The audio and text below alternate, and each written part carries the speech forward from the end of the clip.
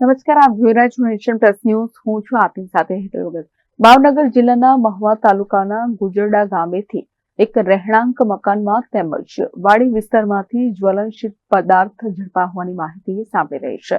ભાવનગર જિલ્લાના મહુવા તાલુકાના ગુજરડા ગામેથી રહેણાંકી મકાન તેમજ વાડી વિસ્તારમાંથી ગેરકાયદેસર જ્વલનશીલ પ્રવાહી ઝડપા હોવાની માહિતી સાંપડી રહી છે. મહુવા મામલતદારને બાતમી મળતા તપાસ કરતા ગુજરડા ગામે રહેતા મથુર ગોવિંદભાઈ બામણિયાના મકાનમાંથી 200 લીટરના 5 બેરલ તેમજ વાડીમાંથી 9 બેરલ ટોટલ 14 બેરલ જે 2800 લીટર જ્વલનશીલ પ્રવાહીની જેની કુલ કિંમત ₹2.55 લાખનો જથ્થો મામલતદાર દ્વારા સીઝ કરવામાં આવ્યો છે. મહુવા ગ્રામ્ય પોલીસને જથ્થો સોંપવામાં આવ્યો છે. વધુ તપાસ મહુવા ગ્રામ્ય પોલીસ કરી રહી છે.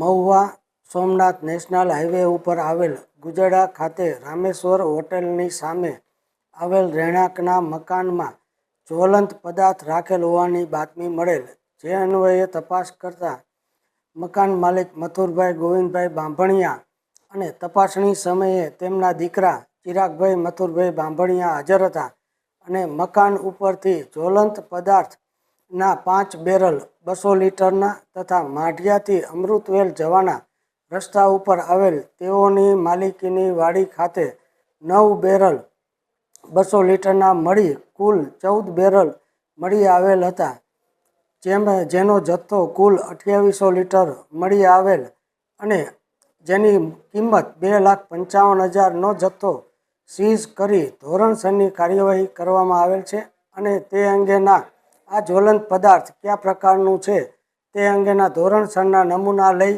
જિલ્લા પુરવઠા અધિકારી સાહેબ ભાવનગરને વિગતવાર અહેવાલ સાદર કરવામાં આવેલ છે.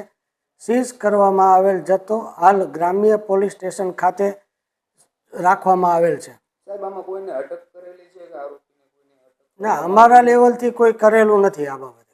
Bureau report nation plus news Bhavnagar.